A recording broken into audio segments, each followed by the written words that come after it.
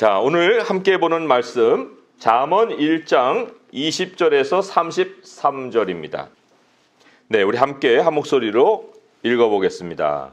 지혜가 길거리에서 부르며 광장에서 소리를 높이며 시끄러운 길목에서 소리를 지르며 성문 어귀와 성중에서 그 소리를 발하여 이르되 너희 어리석은 자들은 어리석음을 좋아하며 거만한 자들은 거만을 기뻐하며 미련한 자들은 지식을 미워하니 어느 때까지 하겠느냐. 나의 책망을 듣고 돌이키라. 보라, 내가 나의 영을 너희에게 부어주며 내 말을 너희에게 보이리라. 내가 불렀으나 너희가 듣기 싫어하였고 내가 손을 폈으나 돌아보는 자가 없었고 도리어 나의 모든 교훈을 멸시하며 나의 책망을 받지 아니하였은즉 너희가 재앙을 만날 때에 내가 웃을 것이며 너희에게 두려움이 임할 때에 내가 비웃으리라. 너희의 두려움이 광풍같이 임하겠고 너희의 재앙이 폭풍같이 이르겠고 너희에게 근심과 슬픔이 임하리니 그때 너희가 나를 부르리라. 그래도 내가 대답하지 아니하겠고 부지런히 나를 찾으리라. 그래도 나를 만나지 못하리니 대저 너희가 지식을 미워하며 여호와 경외하기를 즐거워하지 아니하며 나의 교훈을 받지 아니하고 나의 모든 책망을 업신여겼음이니라. 그러므로 자기 행위의 열매를 먹으며 자기 꾀에 배부르리라. 어리석은 자의 퇴보는 자기를 죽이며 미련한 자의 안일은 자기를 멸망시키려니와 오직 내 말을 듣는 자는 평안히 살며 재앙의 두려움 없이 안전하리라. 아멘. 지난주에도 모든 일을 피하는 길, 모든 재난을 피하는 길에 대한 메시지를 전했습니다. 오늘 말씀 중에도 26절에 보면 너희가 재앙을 만날 때에 또 너희에게 두려움이 임할 때에 그리고 27절로 내려가면 두려움이 광풍같이 재앙이 폭풍같이 그리고 근심과 슬픔이 임하리니 온갖 종류의 아주 무서운 일들을 여기에 예고하고 있습니다. 재앙이라는 건 재난이죠. 두려움은 공포에 가까운 단어입니다. 그리고 근심이라고 할 때 굉장히 어려움을 겪는 거예요. 공경스러운 상황. 슬픔이라는 거는 그냥 울고 있는 정도가 아니고요. 아주 극심한 괴로움, 스트레스 혹은 디스트레스라고도 할 수가 있는 이런 모습이죠. 그러니까 27절에 근심과 슬픔이라는 거는 앞에 나오는 그 환경적인 재앙으로 인해서 닥치는 정신적인 고통까지를 말을 하고 있는 겁니다. 자, 재앙이 왜 찾아옵니까? 재앙의 원인이 도대체 어디에 있는 겁니까? 거기에 대해서 여기 너희라는 말까지 썼기 때문에 개인에게만 재앙이 찾아오는 것이 아니고 사회적인 재앙도 닥칩니다. 전 세계적인 재앙도 닥치는 거죠. 2008년의 금융위기나 지금 우리가 겪는 일이나 예수님이 마지막 때에 이제 더 빈번하게 일어날 것이다 라고 하는 모든 재앙이나 그거는 다 개인 대상이 아니라 전 세계를 대상으로 하는 재앙이거든요. 그런데 이러한 재앙이 왜 생기는가? 오늘 본문은 그 원인도 명확하게 알려주고 있어요. 31절에 보니까 한번 같이 읽어볼까요? 시작. 그러므로 자기 행위의 열매를 먹으며 자기 꾀에 배부르리라. 여기 이제 자기라고 하는 건 한 개인이죠. 그러나 한 개인일 수도 있고 너희라고 했으니 한 나라, 한 사회일 수도 있고 또 온 세상일 수도 있는 그러한 상황인데 그 원인은 무엇이냐? 자기 행위라는 겁니다. 자기 행위의 열매를 먹는 거고 자기 꾀에 배부르는 것이다. 재앙을 당하면 그래서 하나님을 원망할 일이 아니에요. 하나님이 그런 상황을 만들어 놓고 나를 거기다 빠뜨리는 것이 아닙니다.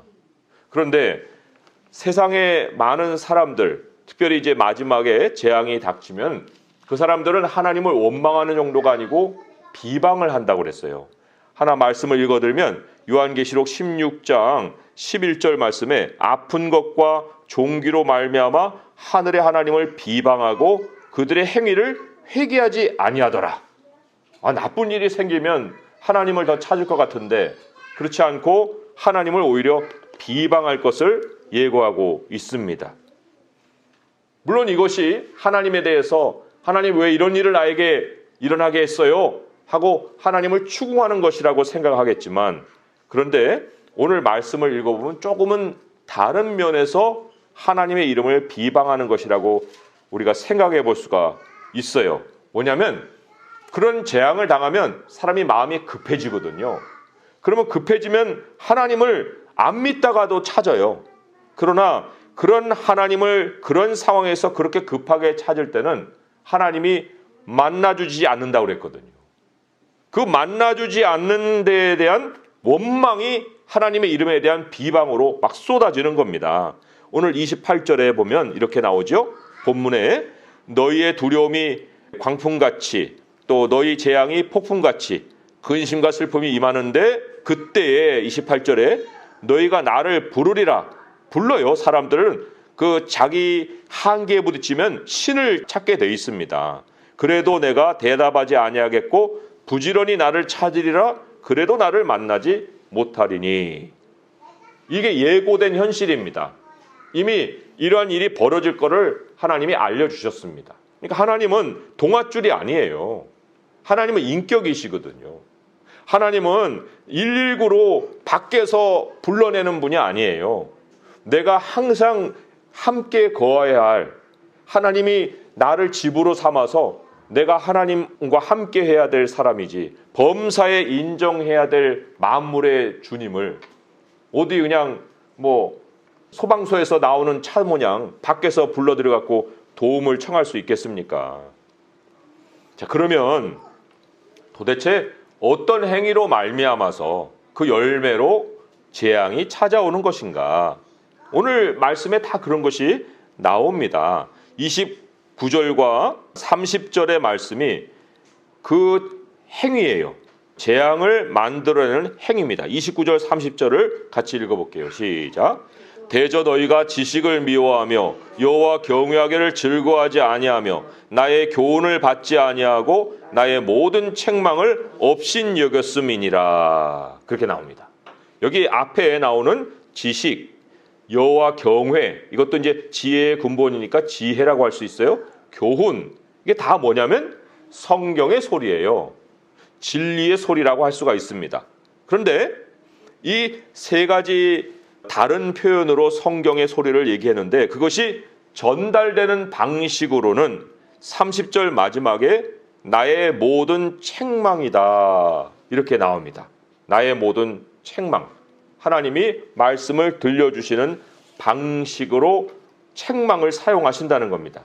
특별히 죄인에게는 혹은 죄를 범한 신앙인들에게는 모든 하나님의 말씀이 책망의 소리로 들릴 수밖에 없어요. 왜냐하면 책망이라는 것은 사람들이 바른 길에 있지 않고 돌이키라 하고 하나님이 제시하는 소리이기 때문에 사람들은 다 자기가 지금 현재 있는 길은 고수하고 싶어 하거든요. 그 길이 옳다고 생각하기 때문에 그 길에 있는 거거든요. 그게 잘못됐다고 생각하면 사실 잘 안 가요. 물론 알고도 가는 고의적인 범죄도 있지만 대부분이 그렇지 않거든요. 그런데 그거를 고쳐라, 바르게 해라. 우리 어린애들도 혼내면 싫어하지요. 아빠 정말 그 길이었어요? 잘못했어요? 하고 처음부터 그런 반응을 보이는 애들이 어디 있어요? 그런 반응을 안 보이거든요. 그러니까 책망이라는 것은 그렇게 달갑게 들리는 소리가 아닙니다. 우리 디모데 후서 3장으로 한번 가보시면 거기에 성경의 성격 혹은 성경이 왜 우리에게 주어졌느냐 하는 목적이 나와요. 디모데후서 3장 16절의 말씀 같이 찾아서 한번 읽어보겠습니다. 시작. 모든 성경은 하나님의 감동으로 된 것으로 교훈과 책망과 바르게 함과 의로 교육하기에 유익하니. 여기 하나님이 말씀을 교훈으로 말씀해 주시죠.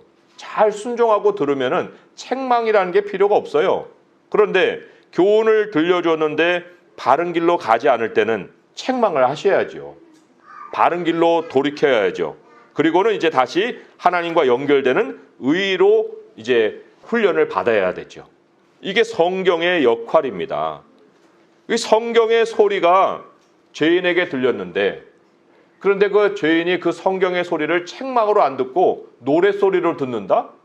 그거는 매우 성경을 조롱하든가 아니면 전하는 사람이 진리를 안 전했던가 둘 중에 하나지. 죄가 있는 사람에게 성경의 소리는 항상 불편한 소리일 수밖에 없습니다. 사람이 그래서 죄를 범할 때 가장 부딪힐 수 있는 사람이 진리의 말씀을 들려주는 사람이에요.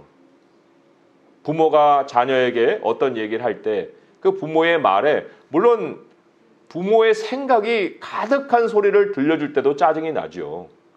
그렇지만 부모가 진리를 들려주는 소리라도 그 자녀가 그것을 순종하지 않고 계속 죄에 머물라고 할 때는 부모의 소리가 항상 잔소리로, 불편한 소리로 들릴 수밖에 없다는 것입니다.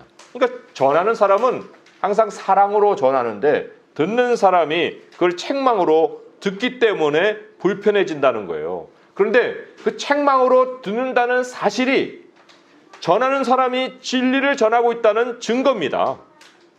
그거를 우리가 물러설 수가 없죠. 그거를 우리가 포기할 수가 없습니다. 그러니까 듣는 사람의 입장에서 나 자신이 진리의 말씀을 들었는데 불편해진다. 그러면 내게 돌아볼 죄가 있는 거예요. 상대방에게 잘못이 있는 것이 아니고요. 우리 한번 질문을 던져볼까요? 나는 성령의 소리를 듣는 사람인가? 성령의 소리라고 할 때 이제 우리는 하나님의 음성이라는 용어에 익숙하지요. 나는 하나님의 음성을 듣는 사람인가? 자, 그러면 하나님이 어떤 식으로, 어떤 방식으로 우리에게 말씀하시는지 그 말씀의 방식을 또 우리는 알아야 되잖아요. 그런데 이제 하나님의 말씀은 나에게 너무 달콤하게 들려. 나는 너무 그런 달콤한 하나님의 소리가 듣고 싶어. 그렇게 우리는 기대할 수 있겠지만, 그러나 성경은 전혀 딴판으로 성령의 소리가 들릴 것을 말씀해주고 계십니다. 우리 요한복음을 한번 가볼까요? 요한복음 16장에 가보시면 성령이 말씀하시는 방식을 아주 명료하게 우리에게 가르치고 계십니다. 요한복음 16장 8절에서 13절이에요. 제가 설명을 드리면서 말씀을 드릴게요. 요한복음 16장 8절부터입니다. 그가 와서, 이게 성령이에요.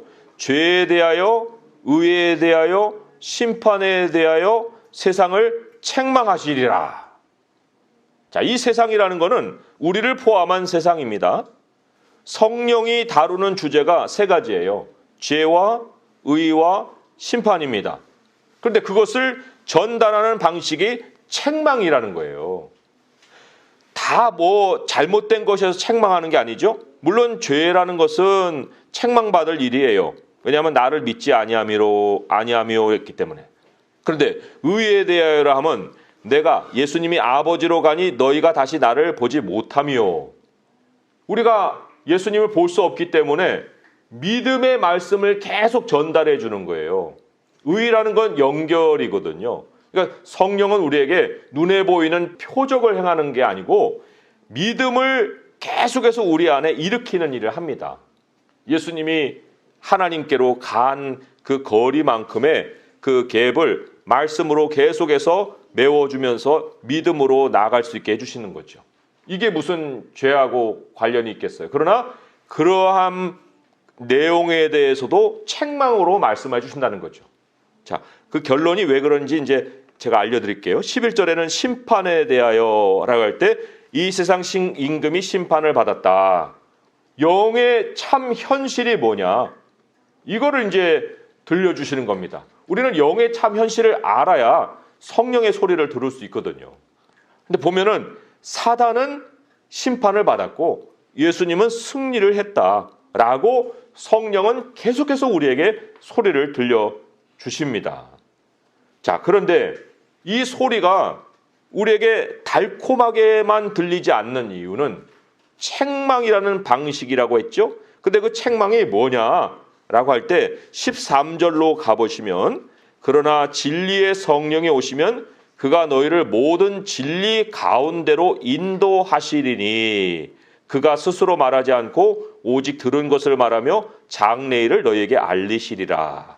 진리 가운데로 인도한다는 것이 길 안내를 하신다는 겁니다. 우리의 걸어가는 길이 아니라 이 길이로 하고 자꾸 길을 바꿔주신다는 거예요. 그러니까 우리 듣기에는 내가 멀쩡히 잘 걷고 있는데 왜 자꾸 이 길을 바꾸라고 그래? 하고 이게 못마땅한 소리로 들릴 수가 있다는 겁니다. 돌이켜라. 땅이 아니고 하늘이다. 현세가 아니고 앞으로 오는 세상이야. 장래일을 가르친다고 그랬죠? 너의 눈을 표대를 하늘에다 두고 향하여 나가라. 이런 소리를 이제 들려주시는 겁니다. 우리가 정말 거듭난 사람이고 참 하나님의 백성이면요, 책망의 소리가 들리는 곳을 찾아가야 합니다. 책망의 소리가 얼마나 유익한가. 아까 성경이 너희에게 유익하게 함이라 하고 말씀했잖아요. 얼마나 유익한가를 알면 일부러라도 시간을 내서 찾아갈 수밖에 없어요. 오늘 잠언으로 다시 한번 돌아와서 8장으로 한번 가보세요. 8장으로 가보시면 성경의 소리, 책망의 소리에 그 소리를 찾아 나가면 어떤 유익이 있는가, 엄청난 유익을 약속을 하고 있습니다. 잠언 8장 17절에서 21절의 말씀 같이 한번 읽어볼게요. 시작. 나를 사랑하는 자들이 나의 사랑을 입으며 나를 간절히 찾는 자가 나를 만날 것이니라. 부귀가 내게 있고 장구한 재물과 공의도 그러하니라. 내 열매는 금이나 정금이나 나오며 내 소득은 수는보다 나으니라. 나는 정의로운 길로 행하며 공의로운 길 가운데로 다니나니 이는 나를 사랑하는 자가 재물을 얻어서 그 곳간에 채우게 하려 함이니라. 하나님이 돌이키시는 그 길로 걸어갈 때라야 하나님이 인정해 주시는 부가 나에게 생기는 거예요. 요즘 LH 사태 이제 뉴스에 크게 나왔죠. 물론 모든 대다수의 사람들은 굉장히 거기에 분노할 거예요. 왜냐하면 그렇게 해서 떼돈을 벌었으니 얼마나 그게 참 질투가 나겠습니까? 오히려 또 어떤 사람은 나도 그런 기회를 가졌어야 되는데 못 가진 거에 대해서 또 분통이 터질 수도 있어요. 그렇지만 이게 영으로 보면은요, 그거는 집안의 저주를 불러들인 거예요. 자기가 가지지 말아야 될 것을 가지고 있거나 다른 방식으로 하나님이 인정하지 않는 재물을 내가 벌어서 내 주머니에 넣으면은 넣는 순간 그 집안에 재앙이 찾아옵니다. 행위의 열매는 반드시 그 사람이 먹게 돼 있거든요. 그러니까 하나님이 인정하시는 돈을 가지고 있어야 그날 밤에 자도 편안하게 자는 거예요. 그렇지 않고 기회를 타서 뭐 1억을 벌었던 3억을 벌었던 그 순간에는 마구 즐겁고 웃음이 막 한박 웃음이 나오겠죠. 그렇지만 그 순간을 거치고 난 다음부터는 이제는 공포가 찾아오는 겁니다. 재앙이 그 집안에 덮치는 거예요. 그런 것을 우리가 생각을 한다고 할 때 정말 하나님의 책망 소리를 듣고 살게 되면은 하나님이 곳간에 재물을 얻어서 채워주신다. 이것만큼의 엄청난 약속이 어디 있습니까? 우리 그리스도인들이 그렇게 책망의 소리를 찾아 나갈 수 있는 모습이 되었다고 말씀드렸죠. 왜 그럴까요? 요한복음으로 또 한번 가보세요. 오늘 여러 가지 성경을 찾는데 요한복음 3장 5절에서 6절을 보시면 우리가 어떤 존재인가가 나오고 그 존재가 그러기 때문에 하나님의 소리를 우리가 찾아 나가는 거예요. 3장 5절에서 6절의 말씀, 요한복음 3장 5절에서 6절 읽어봅니다. 시작. 예수께서 대답하시되 진실로 진실로 네게 이르노니 사람이 물과 성령으로 나지 아니하면 하나님의 나라에 들어갈 수 없느니라. 육으로 난 것은 육이요 영으로 난 것은 영이니. 이거예요. 거듭난 사람은요 영입니다. 우리가 지금 육체를 입고 있기 때문에 나는 육체이겠거니 생각하는데 육체가 이제는 우리에게는 영이 머무는 집으로 바뀌는 거예요. 이 벗어버릴 텐트로 바뀝니다. 우리가 하나님 앞에 가게 되면 우리에게 이제 하나님이 만들어 놓으신 낳으신 영을 입을 새 몸을 준비해 놓고 계세요. 그런데 육체를 가지고 있는 사람, 거듭나지 않은 사람은요 이제 죽죠. 그리고는 마지막에 천년왕국이 끝난 다음에 하나님이 그 사람도 되살려내십니다. 되살려내는데 이 육체를 가지고 지금 우리가 입고 있는 이 육체를 가지고 하나님 되살립니다. 몸을 못 떠나요. 그 사람들은 영원히 그 몸이에요. 그러나 우리는 영이 되는 순간 이 몸은 옷으로 바뀌어요. 텐트로 바뀌어요. 나중에는 영이 새로운 몸을 입게 된다는 것입니다. 그러니까 우리가 영이기 때문에 하나님의 영으로 찾아갈 수가 있는 거예요. 영으로 난 것은 영이니. 여기 영으로는 성령을 얘기하거든요. 성령으로 난 것은 영이다. 자, 하나님의 영을 들을 수 있는 자리가 어딜까요? 하나님의 영의 소리가 이제 아까 책망이라고 그랬는데, 그러면 이제 하나님의 영의 소리를 찾아 나가야 되는데, 자, 우리는 성경을 펼치는 정도에서 성령의 소리가 들리겠거니 생각하겠죠. 자, 그런데 오늘 말씀으로 한번 돌아오세요. 말씀으로 돌아오시면 20절에서 21절에 책망의 소리를 찾아 나가는 자리가 어딘가를 가르치고 있습니다. 자, 20절에서 21절의 말씀 읽어봅니다. 시작.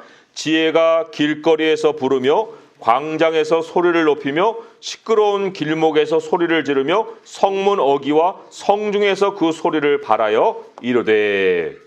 길거리, 광장, 시끄러운 길목, 또 성문 어귀, 성중, 도시 한복판, 이게 일상의 자리입니다. 일상의 자리. 우리는 조용한 자리에 익숙하지요. 또 성령의 소리를 들을 때는 일상의 분주한 장소를 떠나서 조용한 장소에 들어와야만 성령의 소리가 있다라고 생각을 하죠. 근데 성경은 전혀 다른 소리를 하고 있어요. 예, 일상의 한복판, 시끄러운 곳에 하나님의 소리가 있다. 그런데 여기 이제 한 가지 주목할 것이 있습니다. 그냥 뭐 길거리 나가면 거기 성령의 소리가 막 내 귀로 쑥 들어오는 게 아니에요. 그것을 얘기하고자 하는 것이 아니고, 여기 23절이 오늘 굉장히 중요한 말씀인데 23절의 말씀을 읽어봅니다. 시작. 나의 책망을 듣고 돌이키라. 보라, 내가 나의 영을 너희에게 부어주며 내 말을 너희에게 보이리라. 자, 책망의 소리에 귀를 기울이고 성령의 소리, 분주한 생활 속에서도 하나님의 소리를 듣고자 찾아나가면, 찾아나가는 자에게 하나님이 주시는 선물이 영과 말이에요. 내 영과 내 말을 부어주고 보여주겠다. 영과 진리가 함께하는 그 자리가 어딥니까? 우리가 예배 때마다 제가 매번 예배로의 부르심에 인용하는 말씀이 그 요한복음이잖아요. 요한복음에 거기 우리가 어떤 예배자를 하나님이 찾으신다고 그랬습니까? 그렇죠. 영과 진리로 예배하는 사람을 하나님이 찾으신다고 그랬어요. 그러면 우리가 영과 진리로 예배할 수 있는 그 예배자의 모습이 되려면 무엇부터 해야 됩니까? 분주한 삶에 하나님의 소리를 찾아 나가야 됩니다. 분주하다고 그것이 내게 변명거리가 돼서는 안 돼요. 오히려 분주한 중에 하나님이 내게 소리하신다니까요. 야, 아무개야, 돌이켜. 너 내 소리를 들어야 돼. 내 소리를 들으면 내가 영과 진리를 부어준다니까. 그 부음 받으면 무슨 사람이 되는 거예요? 예배자가 되는 것입니다. 분주함 속에 하나님께 예배하는 자리에 있을 때 길을 안내해 주시는 성령의 소리를 듣는 겁니다. 엄한 대로, 엉뚱한 대로 안 가고 바른 길로 가는 그 길을 배우게 된다는 거예요. 교회는 이 산 위에 있는 동네라고 그랬거든요. 숨기지 못한다고 그랬거든요.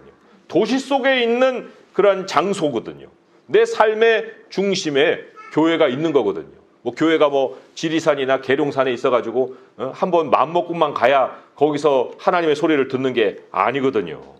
그러니까 하나님이 이러한 예배자를 찾으시고 그 예배자에게 영과 진리를 부어주시고 길을 안내해 주실 때에, 이제 지난 시간에 누가복음에는 깨어 기도하라, 깨어 있어 기도하라 할 때 이 모든 것을 피하는 길을 알려주셨는데, 일상의 예배 자리를 갖게 되는 사람이 갖는 엄청난 선물이 또 있어요. 자, 여기 33절의 말씀을 우리 한번 같이 읽어보겠습니다. 시작. 오직 내 말을 듣는 자는 평안히 살며 재앙에 두려움 없이 안전하리라. 온 세상이 행위의 열매를 먹는 때, 이런 때 하나님이 우리에게 안전한 열매를 주실 것이다. 안전함이라는 거 우리가 평소에는 뭐 그게 뭐 필요 있겠습니까? 지금 이미 다 안전하게 살고 있는데요. 이런 생각을 할 수도 있어요. 그게 누구의 생각이었느냐? 그게 소돔의 생각입니다. 여기 말씀만 보면 제가 소돔이 어떤 형편이었는지는 찾아 알려드리겠지만 22절에 한번 보세요. 22절. 오늘 본문 22절입니다. 한번 같이 읽어볼게요. 시작. 너희 어리석은 자들은 어리석음을 좋아하며 거만한 자들은 거만을 기뻐하며 미련한 자들은 지식을 미워하니 어느 때까지 하겠느냐. 자, 이 사람들의 마음속에 지금 두려움이 있어요? 무서움이 있습니까? 재앙에 대한 어떤 예고된 어떤 소식 때문에 지금 벌벌 떨고 있어요? 아니에요. 즐거워서 난리예요, 지금. 뭐 우리는 다 안전한데 무슨 이상한 소리를 가지고 자꾸 우리를 겁줍니까? 뭐 이런 식의 이제 현세 향락에 젖어 있는 거죠. 그러나 이것이 재앙을 부르는 모습이라는 것은 사람들은 쉽게 생각을 못하죠. 자, 소돔이 어디에 나오는가? 소돔의 모습을 우리가 한번 엿볼 수 있는 것이 에스겔서예요. 에스겔서. 에스겔 16장 49절인데 에스겔 16장 49절 50절 1172페이지 함께 읽어보겠습니다. 시작. 내 아우 소돔의 죄악은 이러하니 그와 그의 딸들에게 교만함과 음식물의 풍족함과 태평함이 있으며 또 그가 가난하고 궁핍한 자를 도와주지 아니하며 거만하여 가증한 일을 내 앞에서 행하였음이라. 그러므로 내가 보고 곧 그들을 없이 하였느니라.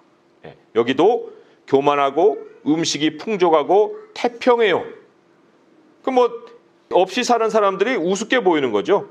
아이고 저 가난한 사람들 뭐 하다가 저렇게 가난해진 거야.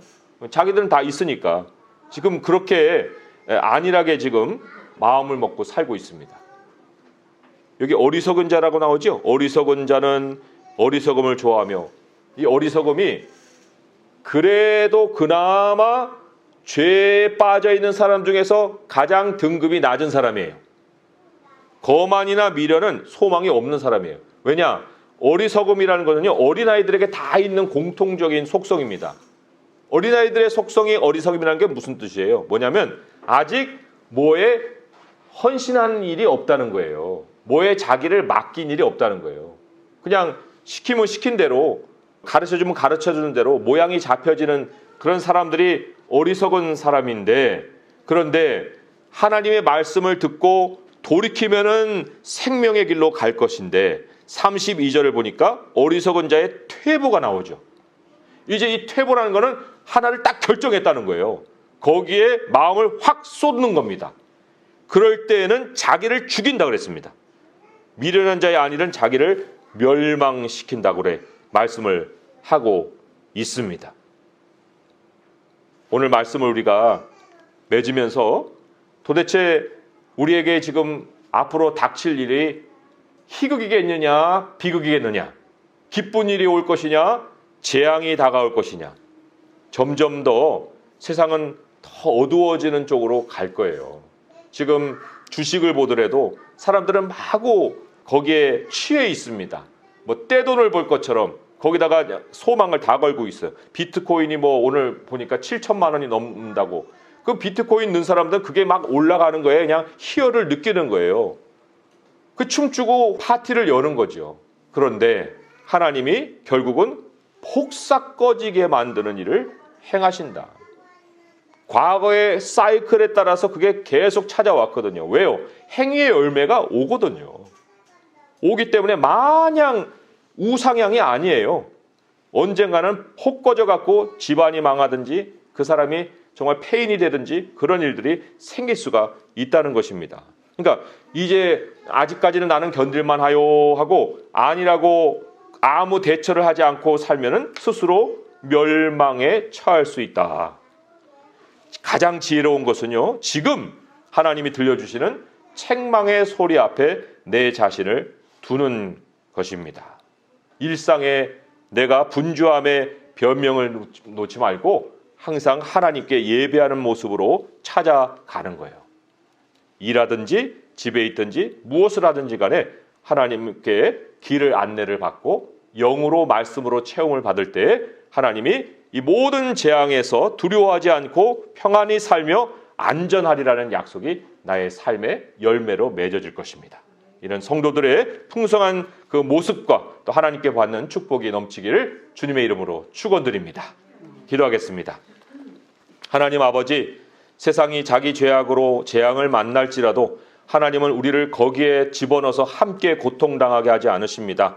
하나님은 늘 피할 길을 우리에게 열어주십니다. 우리 주님 안에서 안전하게 하십니다.